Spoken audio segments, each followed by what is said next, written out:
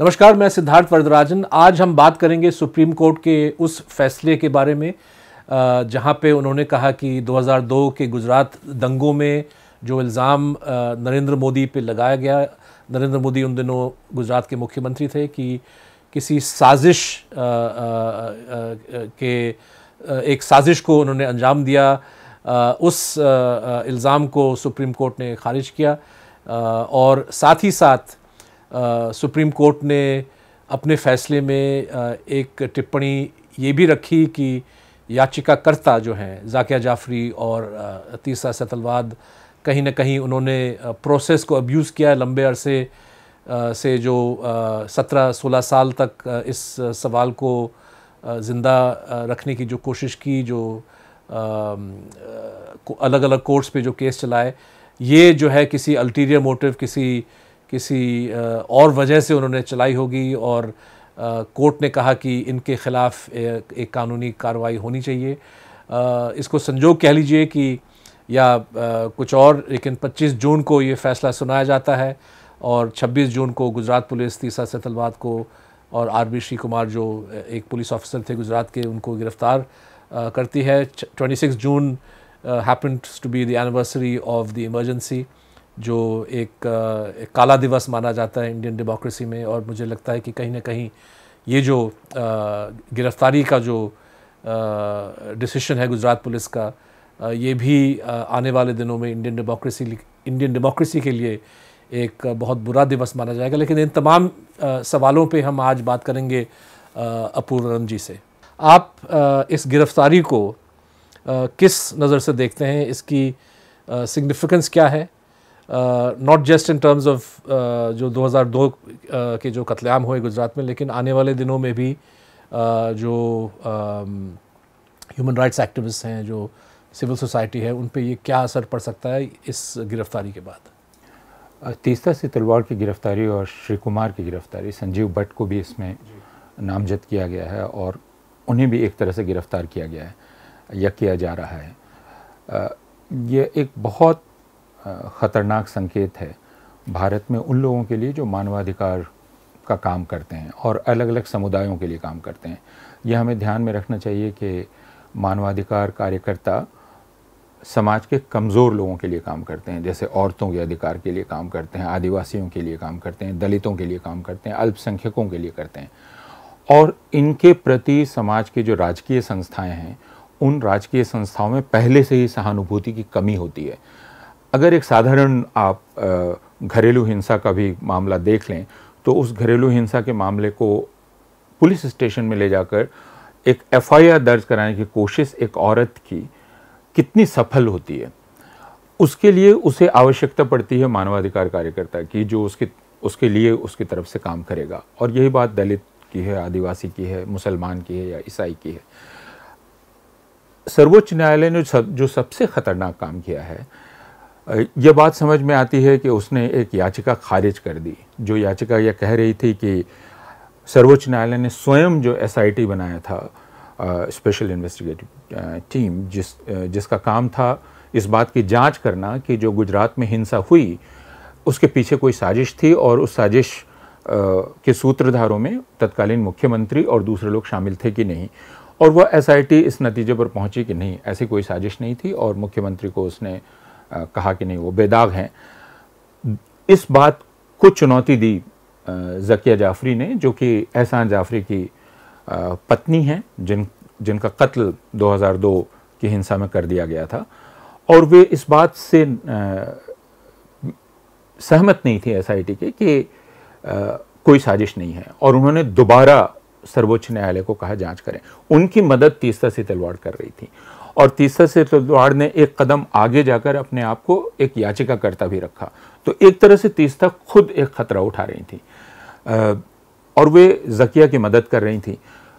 अब आपने इस याचिका को खारिज कर दिया और मैंने कहा यह बात समझ में आती है, आपने खारिज कर दिया। आपके पास जो सबूत थे, जो दलीलें थीं, उसमें न्यायालय ने कहा कि वह जोड़ नहीं पा रहा है कि तार जो सूत्र है वो मुख्यमंत्री तक, तत्कालीन मुख्यमंत्री तक पहुंच रहे हैं और इसलिए साजिश साबित नहीं की जा सकती है। यह बात तो समझ में आती है, लेकिन उसके बाद उसका यह कहना कि जो इसकी दोबारा जांच करने की बात कर रहे थे, वे एक साजिश कर रहे थे और वे दरअसल जो पूरी प्रक्रिया है उसका दुरुपयोग कर रहे थे। और वह दुरुपयोग किसी, उन्होंने कहा कि ऑब्वियस, उसमें जो लिखा हुआ है ऑब्वियसली, यानी कोर्ट बहुत निश्चित है, तयशुदा तौर पे यह कह रहा है कि वो किसी अल्टीरियर डिजाइन के लिए कर रहे थे। यह जो बयान है, और इस वजह से उन्होंने कहा कि याचिकाकर्ताओं के खिलाफ कानूनी कार्रवाई करनी चाहिए। यह एक तरह का निर्देश है जो अदालत ने दिया। इसका अर्थ यह है कि कोई भी जो पीड़ितों की तरफ से काम कर रहा है उसके खिलाफ इस तरह का आरोप लगाया जा सकता है कि वह एक साजिश कर रहा है। और खासकर जब सामूहिक हिंसा का मामला हो, जो कि भारत में बहुत सारे होते हैं, उनमें अगर, और हमारे यहाँ आप जानते हैं कि इंसाफ की प्रक्रिया बहुत लंबी चलती है, 10 साल 20 साल लोग रिहा होते हैं जिनको आपने आज दहशतगर्द घोषित कर दिया, वो 15 वर्ष बाद रिहा हुए। तो इसका मतलब 15 वर्ष इंसाफ की जद्दोजहद चली। अगर वो 15 वर्ष नहीं चलाई जाए तो वो रिहा नहीं होंगे। खुद गोधरा में जो ट्रेन जलाई गई उसमें जिनको मास्टरमाइंड घोषित कर दिया गया और जेल में रखा गया, वो 9 साल बाद रिहा हुए। उमर, मौलाना उमर की याद होगी आपको। तो 9 साल 15 साल 20 साल के बाद लोग बेदाग साबित हुए हैं। तो अदालत क्या कह रही है? अदालत क्या ये कह रही है कि आप अगर लंबे समय तक इंसाफ के लिए लड़ते हैं तो आप एक साजिश कर रहे हैं और इसके लिए आपको सजा दी जानी चाहिए। इसका असर भारत में सारे समुदायों के लिए काम कर रहे हैं मानवाधिकार कार्यकर्ताओं पर पड़ेगा और वे बहुत ही सावधान हो जाएंगे कि वे किसी भी पीड़ित के लिए काम करें या ना करें। मैं एक और बात जोड़ना चाहूँगा। मैं किसी रिटायर्ड जज से बात कर रहा था, बल्कि वो खुद काफ़ी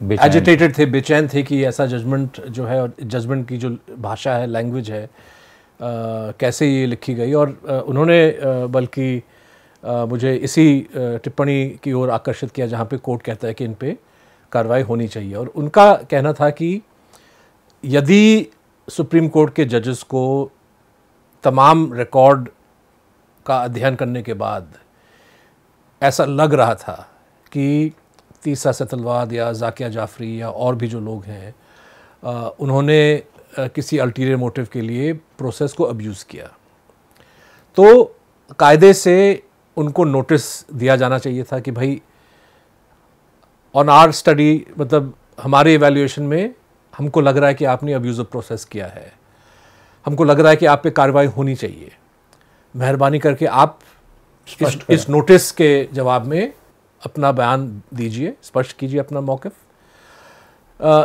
अभी जो हुआ है वो ये कि कोर्ट ने खुद इस बात को एक तरह से डिक्लेयर कर दिया है। और आप खुद समझ सकते हैं कि सुप्रीम कोर्ट के इस टिप्पणी के बाद कौन सा लोअर कोर्ट जहाँ पे मुकदमा चलेगा, कौन सा लोअर कोर्ट सुप्रीम कोर्ट की इस टिप्पणी के खिलाफ कोई जजमेंट देने के लिए तैयार होगा। तो जो आपका जो बेसिक ड्यू प्रोसेस है उसी को आपने ये, मतलब ये जो याचिका सुप्रीम कोर्ट के सामने जो आर्ग्यू किया जा रहा था, ये तीसरा सेतलवाद और जाकिया जाफरी के खिलाफ नहीं था, उन पे कोई इल्ज़ाम नहीं था। अगर कोर्ट उन पे इल्ज़ाम लगाना चाहती है तो आप उनका पक्ष तो सुन लें। बगैर उनका पक्ष सुनते हुए, बगैर उनको नोटिस दिए हुए आपने उनको एक तरह से गिल्टी घोषित कर दिया। आपने कहा कि इन पे कार्रवाई की जाए और फौरी तौर पे। उसके अगले दिन गुजरात पुलिस ने, बल्कि अगर अमित शाह जी क्रोनोलॉजी समझिए हमेशा कहते हैं, तो मतलब सुप्रीम कोर्ट का जजमेंट आता है, उसके बाद अगले दिन सवेरे अमित शाह जी इंटरव्यू देते हैं ANI चैनल को, जहाँ पे वो सीधे तौर पे तीसरा सेतलवाद पे इल्ज़ाम लगाते हैं कि भाई इन्होंने जाकिया जाफरी को उकसाया है। अब बताइए कि किसी का शौहर मर्डर किया जाता है एक कम्युनल राइट में, एक ऐसा शख्स जो मेंबर ऑफ पार्लियामेंट रहा है, जिन्होंने मोदी को स्वयं फ़ोन किया, आला पुलिस ऑफिसर्स को फ़ोन किया कि भाई यहाँ पे भीड़ इकट्ठा हो रहा है, आप हम लोगों को आके बचाइए। पुलिस वहाँ आती भी है, वहाँ से चली जाती है, उसके बाद उनका कत्ल होता है। इस महिला को क्या किसी को उकसाने की ज़रूरत है कि वो इस केस को परस्यू करे? मतलब इट्स नॉट इनफ कि आपका हस्बैंड मारा गया और एक ऐसी हालात में, ऐसे सिचुएशन में मारा गया जहाँ पे पूरे गुजरात में 1200-1300 लोगों का कत्ल हुआ, और कोई भी ये एक बहुत ही कुदरती एक रिएक्शन होगा कि भाई जो अपने आप को इतना अच्छा चीफ मिनिस्टर बोलता है कि मैं इतना governance, I am a good administrator, उसके देख रेख में ऐसी हिंसा हुई, ऐसे कत्लेआम हुए, तो ऐसा कैसे मुमकिन था?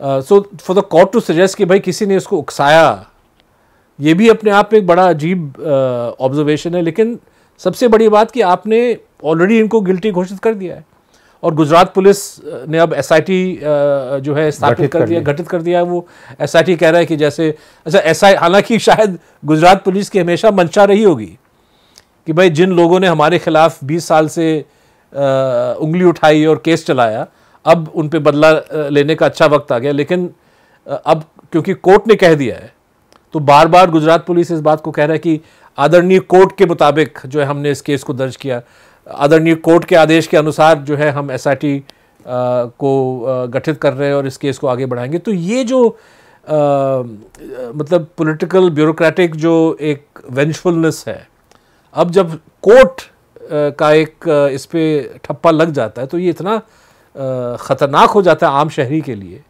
जो विक्टिम है मैस क्राइम का, not just here but in any case, जैसे आप कह रहे हैं। और अब कोई भी सामाजिक कार्यकर्ता, कोई भी सिविल सोसाइटी, मैं तो कहता हूँ कि पत्रकार भी शायद 10 बार सोचने में मजबूर होगा कि कहीं मेरे लेख छपने के बाद कोई इल्ज़ाम लगे कि भाई तुमने किसी अल्टीरियर मोटिव के लिए इस बात को उठाया है। क्योंकि बहुत सारे लोगों ने गुजरात के दंगों के बारे में स्टोरीज़ लिखी, जो वहाँ की सच्चाई थी, हकीकत थी, उसको times of India, Indian express, बड़े बड़े अखबारों ने उसको छापा। तो ये लॉजिक जो है किसी के खिलाफ भी अब्यूज़ किया जा सकता है। बिल्कुल, और इसीलिए ख़तरनाक है। और अगर इसी सर्वोच्च न्यायालय के पिछले रिकॉर्ड को देख लें और गुजरात की हिंसा के संदर्भ में ही देख लें, तो यह कहा जा सकता है कि सर्वोच्च न्यायालय ने दरअसल गुजरात में इंसाफ हो इसकी गारंटी की थी। आप नेशनल ह्यूमन राइट्स कमीशन की याचिका को देख लें, और वह असाधारण बात थी जिसमें राष्ट्रीय मानवाधिकार आयोग स्वयं सर्वोच्च न्यायालय के पास जा रहा है कि वह गुजरात की हिंसा का संज्ञान ले और उस पर कार्रवाई का आदेश दे। तो इसका अर्थ ही है, अगर सर्वोच्च न्यायालय स्वयं अपने पिछले रिकॉर्ड को देख ले, तो इसका अर्थ है कि यह असाधारण हिंसा थी, यह साधारण हिंसा नहीं थी। और इस वजह से कई मामले गुजरात से बाहर ले जाए गए और वो अदालत के आदेश से ले जाए गए। अदालत ने कहा कि नहीं, गुजरात में ये मुकदमे ठीक नहीं चल सकते हैं, निष्पक्ष ढंग से नहीं चल सकते हैं। यानी ऊंची अदालतों को इस बात में शक था कि गुजरात की अदालतें भी निष्पक्ष ढंग से काम कर सकती हैं या करने दी जाएंगी। तो ये पूरा रिकॉर्ड मौजूद है। खुद सर्वोच्च न्यायालय की टिप्पणी मौजूद है जिसमें वो कह रही है कि सर्वोच्च न्यायालय कह रहा है कि जब गुजरात जल रहा था तो आधुनिक नीरो कहीं और देख रहे थे। तो ये सारी टिप्पणियां 2004 के जजमेंट में लिखा हुआ है। वही मैं कह रहा हूँ, ये टिप्पणी मौजूद है, ये रिकॉर्ड पर है। तो सर्वोच्च न्यायालय क्या खुद को ही भूल गया जब वो ये फैसला कर रहा था? और तीस्ता से तलवाड़, गुजरात की हिंसा की खास बात यह थी कि पहली बार, जिसे आप सिविल सोसाइटी कहते हैं या मानवाधिकार समुदाय कहते हैं, उन्होंने बहुत फैसला कुन तरीके से हस्तक्षेप किया। और इस वजह से यह नोट किया गया है, सारे लोगों ने जो अलग अलग सामूहिक हिंसा का अध्ययन करते हैं, जैसे नेल्ली की हिंसा हो या भागलपुर की हिंसा हो या कोई और हिंसा हो, कि गुजरात की हिंसा में सबसे ज़्यादा गवाह टिक सके। तो एक साइंटिफिक तरीके से एफिडेविट्स को तैयार करना, बिल्कुल, मुकदमे चलाना, मुकदमे कैसे चलाए जाएं, गवाहों की सुरक्षा कैसी हो। मैं सिर्फ एक उदाहरण देना चाहूँगा और आप उससे वाकिफ़ हैं, वो बिल्किस बानो का उदाहरण है। बिल्किस बानो जिनके साथ सामूहिक बलात्कार हुआ, जिनके परिवार के अनेक लोगों की हत्या हुई, और वो उस वक्त महज 19 साल की थी। बिल्किस बानो ने मुकदमा लड़ा, 15 वर्ष लड़ा। अगर सर्वोच्च न्यायालय के इसी तर्क को देख लें तो कहा जा सकता है बिल्किस बानो 15 साल क्यों मुकदमा लड़ रही थी। She was keeping the pot boiling.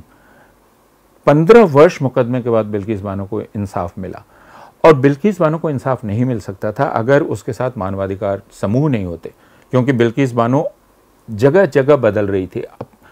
वो गुजरात में नहीं रह रही थी, वो अनेक जगहों पे ले जाई गई, उनको छिपा के रखा गया क्योंकि उनका पीछा किया जा रहा था लगातार, और उसमें मानवाधिकार कार्यकर्ता थे शामिल।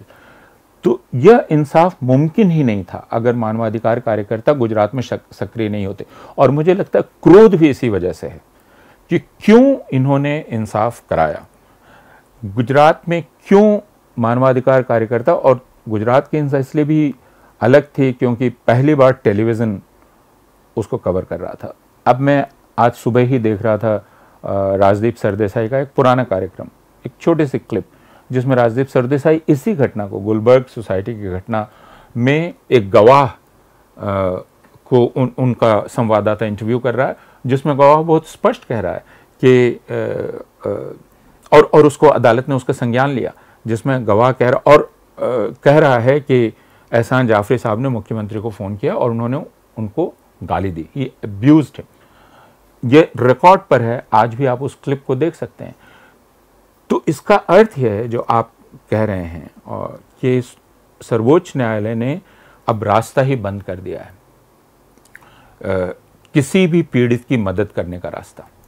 यह पहले भी खतरनाक था, ये कई वजहों से खतरनाक था, इसलिए कि अगर आप इस तरह की सामूहिक हिंसा में, जहां उच्च अधिकारी शामिल हैं, जहां राज्य की राजनीतिक सत्ता शामिल है, अगर उसमें आप हस्तक्षेप कर रहे हैं तो इस बात की पूरी संभावना है, जैसा अभी मैं थोड़े दिन पहले मुजफ्फरनगर की एक महिला की रिपोर्ट पढ़ रहा था, जो अकेली महिला बच गई है, जो अपने ऊपर हुए बलात्कार के मामले को जारी रखे हुए है। बाकी सारी महिलाएं जो मुजफ्फरनगर 2013 में जिनके साथ बलात्कार हुआ था, उन्होंने एक एक करके अपने मामले वापस ले लिए। क्यों ले लिए? क्योंकि उन पर दबाव पड़ा, कईयों को पैसा दिया गया, कईयों को धमकी दी गई, और उन्होंने, लेकिन यह टिकी हुई है। तो इसका गुजरात में जो दबाव था उसकी कल्पना ही की जा सकती है, वो कि दबाव कितना ज़्यादा रहा होगा, और वह दबाव सिर्फ और सिर्फ मानवाधिकार कार्यकर्ताओं के चलते झेला जा सका।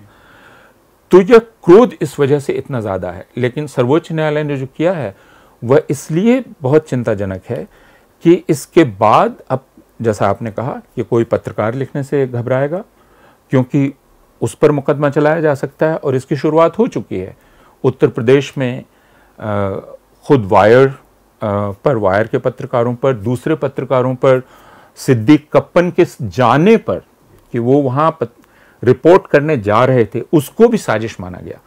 तो यह प्रक्रिया पहले से शुरू हो चुकी है, जिसमें अगर आप फैक्ट फाइंडिंग के लिए जा रहे हैं, यानी अब मैं कहीं फैक्ट फाइंडिंग के लिए नहीं जा सकता, अगर मैं खरगोन फैक्ट फाइंडिंग के लिए जाऊं तो मुझे गिरफ्तार कर लिया जा सकता है कि आप किसी अल्टीरियर मोटिव कि मैं किसी, क्योंकि सर्वोच्च न्यायालय ने एक रास्ता दिखा दिया कि मेरा इरादा ठीक नहीं है। मैं अब असम नहीं जा सकता जहां एविक्शंस हो रहे हैं, और ज़्यादातर मुसलमानों के एविक्शंस हो रहे हैं और उनके घर तोड़े जा रहे हैं। मैं राजस्थान नहीं जा सकता जहां करौली में हिंसा हुई और मुसलमानों के साथ नाइंसाफ़ी हुई, और जगह मैं नहीं जा सकता, गुजरात नहीं जा सकता, हिम्मतनगर और दूसरी जगह जहां मुसलमानों के साथ हुआ। तो सर्वोच्च न्यायालय ने किया क्या है, उसने सारे जो सामूहिक हिंसा के शिकार खासकर लोग हैं उनको बिल्कुल अकेला छोड़ दिया है, असुरक्षित छोड़ दिया है। मैं वापस जाना चाहूँगा अपूर्व जी, जो बुनियादी सवाल जो कोर्ट के सामने था, 2002 में जो हिंसा हुई, कैसे हुई, उसमें जो चीफ मिनिस्टर खुद मोदी साहब और उनकी जो एडमिनिस्ट्रेशन है, उनका रोल क्या रहा। अब आपने 2004 के सुप्रीम कोर्ट वर्डिक्ट का जिक्र किया, उसमें आधुनिक नीरो, मॉडर्न डे नीरो का जो है शब्द वो कोर्ट ने इस्तेमाल किया, और उसको एक्सप्लेन किया कि इससे मॉडर्न डे नीरोज हुआ busy while the women and children were being burned, probably thinking, अंग्रेजी में लिखा है, probably thinking how the perpetrators can be saved। मतलब कि 2004 में सुप्रीम कोर्ट ने इस बात का संज्ञान लिया कि देश के प्रदेश के जो हुक्मरान थे, चीफ मिनिस्टर थे, और भी जो टॉप ऑफिशियल्स हैं, वो न सिर्फ बेगुनाह लोगों का कत्लेआम होते हुए देख रहे हैं, बल्कि वो आगे प्लानिंग कर रहे हैं कि जिन लोगों ने इस कत्लेआम को अंजाम दिया, किस तरह से इनका बचाव हम कर सकें। इससे मतलब है कि अगर केस इन पे रजिस्टर होता है तो किस तरह से वो कमज़ोर से कमज़ोर केस जो है वो बने। अगर वो अदालत में जाए तो किस तरह से प्रोसिक्यूटर्स जो हैं वो हम प्रो क्रिमिनल प्रोसिक्यूटर्स को रखें। अगर वो कोर्ट जाए तो किस तरह से हम इसकी एलोकेशन मैनेज करें ताकि जो परपेट्रेटर्स हैं वो बच जाएं। और इसी बात को पहचानते हुए जैसे आपने कहा कि कुछ मुकदमों को सुप्रीम कोर्ट ने बाहर भेज दिया। इसके अलावा एसआईटी का जो गठन किया गया वो इस मकसद से इसी वजह से गठन किया गया क्योंकि सुप्रीम कोर्ट को लगा कि गुजरात पुलिस के इन्वेस्टिगेटिव एबिलिटीज पे भरोसा नहीं किया जा सकता। तो अगर सुप्रीम कोर्ट 2004-5-6 में इस बात को अच्छी तरह से समझ रहा है कि जो गुजरात में हुआ है कहीं ना कहीं इसके तार सीधे जाके सीएम और उनके एडमिनिस्ट्रेशन से मिलता है, जिसकी वजह से हम उन पे भरोसा नहीं कर सकते कि मुकदमा वो ठीक से चलाएं। तो अब 2022 में सुप्रीम कोर्ट का ये कहना कि नहीं मुख्तलिफ, जैसे एक बड़ा इंटरेस्टिंग उसमें फ्रेज है कि just because different incidents have happened, कि 9 मुख्तलिफ जो है बड़े बड़े कत्लेआम हो, इसका ये मतलब नहीं कि एक बहुत बड़ी साजिश हुई, एक unified conspiracy. By this logic मतलब दिल्ली के 84 वाले जो कत्लेआम हुए सिखों के, अगर कोई आज कहे कि भाई तिलोकपुरी में 2000 लोग मरे, कल्याणपुरी में 600 लोग मरे, तिलक नगर में मतलब कि दिल्ली के हर कोने में या ट्रेन से लोग उतारे गए।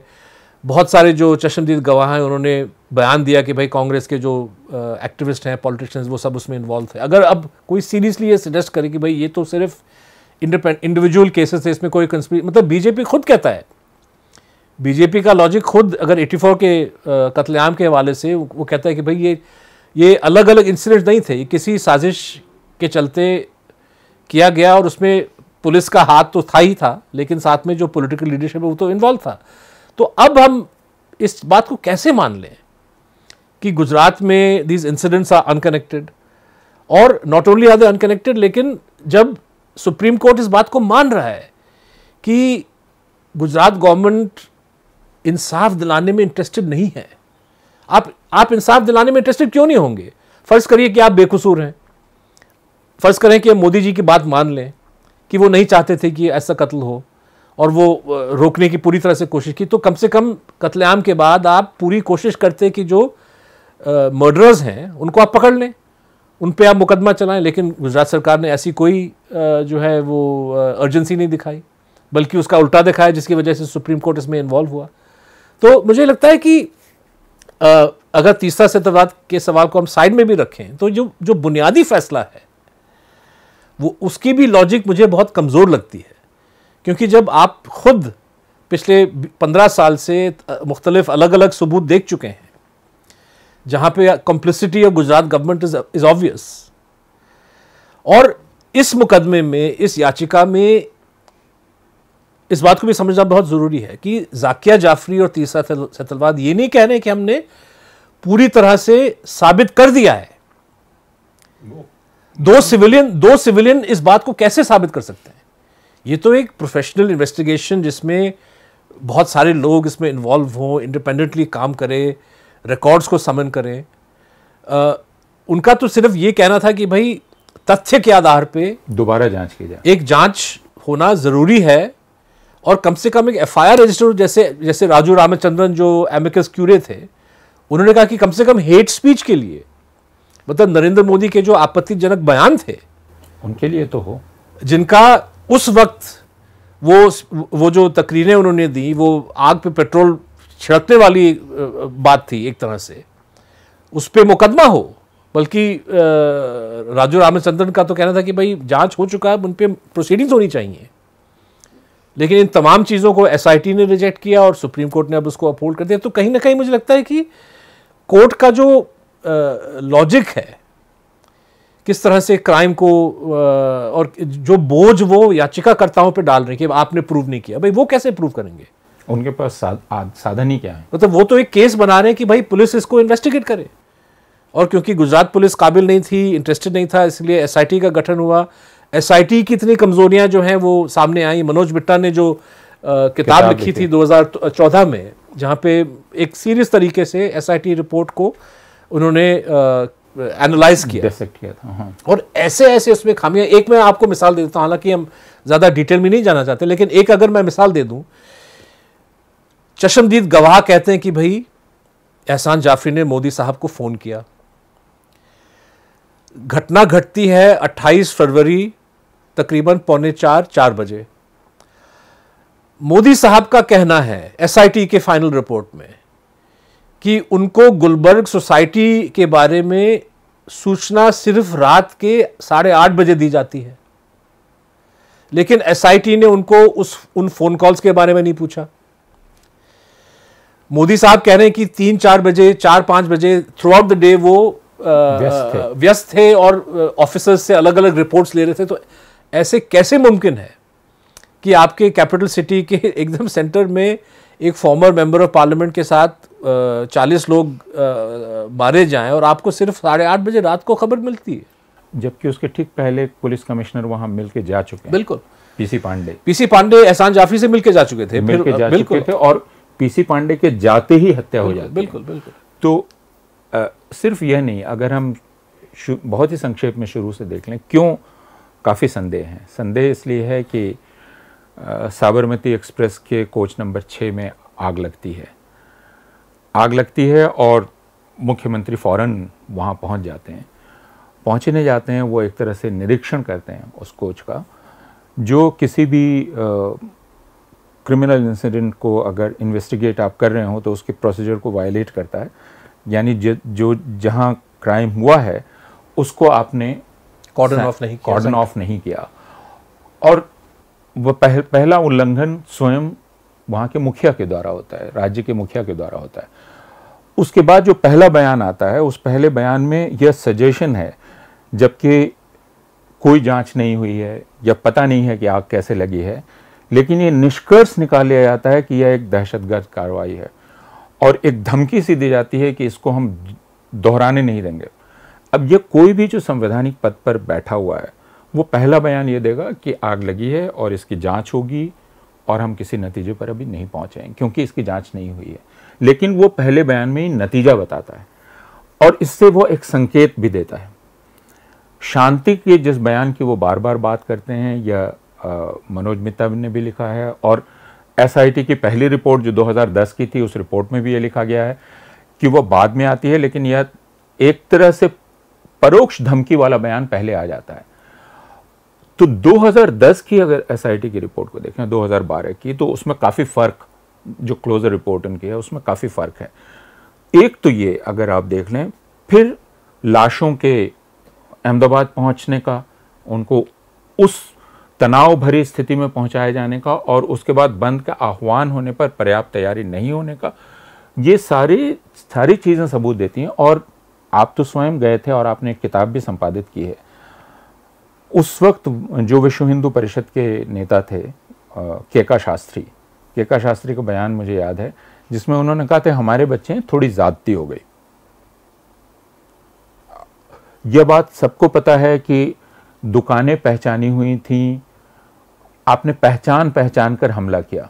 तो अगर यह सब कुछ स्वतः स्फूर्त था, जो कि सर्वोच्च न्यायालय लिख रहा है इसमें स्पॉन्टेनियस, अगर स्वतः स्फूर्त था तो ये सारी तैयारी पहले गैस सिलेंडर्स का आना, वोटिंग लिस्ट का आना, बल्कि शायद जो बतलाया गया था कि गाड़ियों के रजिस्ट्रेशन नंबर से भी पता किया गया कि कौन से घर का है। अब 2 दुकानें हैं, जिसमें एक हिंदू की दुकान है, एक मुसलमान की दुकान है। मुसलमान की दुकान का नाम तुलसी है या कुछ और है, फिर भी पहचाना जाना कि वह मुसलमान की दुकान है और उसको निशाना बनाकर जलाना। तो यह सब कुछ इस बात की तरफ इशारा करते हैं कि एक तैयारी थी, एक साजिश थी। यह राज्य के हित में है, न्याय के हित में है कि उसकी जांच की जाए वो क्या थी। जो पीड़ित है वो राज्य का नागरिक है, वो हिंदू या मुसलमान जो भी हो। राज्य के हित में है कि आप पता करें कि यह सब कुछ कैसे हुआ था। लेकिन गुजरात ये नहीं चाहता था, गुजरात सरकार ये नहीं चाहती थी, ये सर्वोच्च न्यायालय ने खुद कहा। और जैसा आप कह रहे हैं 2004, 2006 ये 2002 के ज़्यादा करीब हैं, तो जाहिर है 2002 के ज़्यादा करीब जो संस्थाएं फैसला कर रही हैं वो अधिक ठीक फैसला कर रही हैं, बेहतर फैसला कर रही हैं। 2022 में सर्वोच्च न्यायालय बहुत दूर बैठा हुआ है, तो उसे खुद अपने रिकॉर्ड्स के पास जाना चाहिए था। इसलिए जैसा आपने कहा कि जो बुनियादी बातें ही हैं उनमें सर्वोच्च न्यायालय गलती कर रहा है और गलत निष्कर्ष पर पहुंच रहा है। जहां वो स्पॉन्टेनिटी की थ्योरी को एक्सेप्ट कर रहा है, जो अभी भी संदिग्ध है और सारे प्रमाणों से संदिग्ध है। और मनोज मिचा जिन्होंने किताब लिखी, उन्होंने एक तो एसआईटी के प्रमुख के चयन पर ही संदेह व्यक्त किया और सवाल उठाया कि क्यों उनको चुना गया, जबकि वो खुद एक जांच उनके खिलाफ चल रही थी राजीव गांधी हत्याकांड के सिलसिले में। और दूसरे कि उन्होंने स्वयं जो प्रक्रिया अपनाई एसआईटी में, वह प्रक्रिया भी किस प्रकार दोषपूर्ण है। इन सारी चीज़ों को नज़रअंदाज नहीं किया जा सकता है। और 2017 में एसआईटी के जो चीफ हैं आर के राघवन, उनका मोदी के मतलब मोदी ने उनको नियुक्त किया as high commissioner to Cyprus. अब डिप्लोमेटिक असाइनमेंट भी, मतलब कि कोई भी आदमी ऐसे सिचुएशन में अगर ज़रा से भी इंटेग्रिटी हो, आप इस पद को कभी एक्सेप्ट नहीं करते simply because of the way it looks. लेकिन जो है ये इस पोजीशन में भी चलेगा, हालांकि कोई उनका डिप्लोमेटिक एक्सपीरियंस और कोई ऐसा प्रेसिडेंट नहीं है कि उनको वहाँ भेजा जाए। तो तमाम ऐसे सवाल हैं जिसकी वजह से मुझे लगता है कि जो सुप्रीम कोर्ट का जो फैसला सुनाया गया गुजरात के दंगों के बारे में, और ख़ास तौर पे नरेंद्र मोदी का जो किरदार था उसमें, इसके हवाले से इस पे बेशक चर्चा जारी रहेगी। मुझे नहीं लगता है कि इस फैसले के बेसिस पे डिबेट कहीं ख़त्म होने वाला है।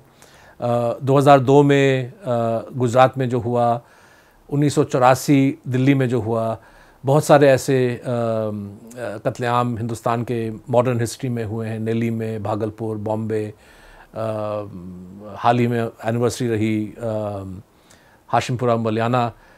ये कहीं ना कहीं पॉलिटिकल फेलियर, पॉलिटिकल इन्वॉल्वमेंट इस हकीकत को दर्शाता है। इसको हम भूल नहीं सकते। जाहिर है कि किसी इंडिपेंडेंट और प्रोफेशनल जांच के बग़ैर कोई भी शहरी अपने आप को ऐसा सबूत इकट्ठा नहीं कर सकता जिससे वो इस बात को साबित कर ले कि फ़लाना लीडर या फ़लाना ऑफिसर पूरी तरह से इस कॉन्स्पिरेसी में शामिल था। वो काम तो प्रोफेशनल इन्वेस्टिगेटर्स ही कर सकते हैं। उम्मीद थी 2002 के बाद कि सुप्रीम कोर्ट के देख रेख में एसआईटी का जो गठन हुआ वो इस काम को अंजाम करेगा, लेकिन अफसोस की बात है कि एसआईटी का जो काम रहा उसमें बहुत सारी खामियां थीं। मनोज मित्ता ने उजागर किया और उस इन्वेस्टिगेशन कमेटी के रिपोर्ट के आधार पे अब एक तरह से सुप्रीम कोर्ट एक लकीर खींचना चाहती है। मुझे नहीं लगता कि इतिहास उस लकीर को स्वीकार करेगी। चर्चा रहेगी, इसमें लोग बात करेंगे, और भी जो है लिखा जाएगा, और भी डिटेल्स इसमें निकलते रहेंगे। लेकिन मुझे लगता है कि जिस तरह से तीसरा सतलवाद के ख़िलाफ़ कोर्ट ने कुछ ऑब्जर्वेशंस, कुछ टिप्पणियां दी हैं जजमेंट में, जिसके आधार पे अब गुजरात पुलिस ने उनको गिरफ़्तार किया, उनके ख़िलाफ़ अब मुकदमा चलाया जाएगा, उनके ख़िलाफ़ आर.बी. श्री कुमार और संजीव भट्ट। मुझे लगता है कि ये बेहद ख़तरनाक एक डेवलपमेंट है जिसके बारे में सुप्रीम कोर्ट को दोबारा सोचना चाहिए। कुछ ऐसे संकेत हैं कि तीसरा सतलवाद के वकील इस बात को उठाएंगे, लेकिन जिस तरह से गुजरात पुलिस ने उस टिप्पणी को इस्तेमाल किया एक रिवेंज पॉलिटिक्स को आगे बढ़ाने के लिए, कहीं ना कहीं सुप्रीम कोर्ट की ज़िम्मेदारी है कि वो इस चीज़ के बारे में दोबारा रिव्यू करें और ये जो ऑब्जर्वेशन है उनके ख़िलाफ़ कम से कम जहाँ तक ड्यू प्रोसेस का वायलेशन रहा है उस आधार पे भी इस बात को सुप्रीम कोर्ट रिव्यू करें। इस उम्मीद से हम इस बात को यहीं ख़त्म करते हैं। देखने के लिए बहुत बहुत शुक्रिया। द वायर के और वीडियोस देखने के लिए सब्सक्राइब करें और बेल आइकन पर क्लिक करें।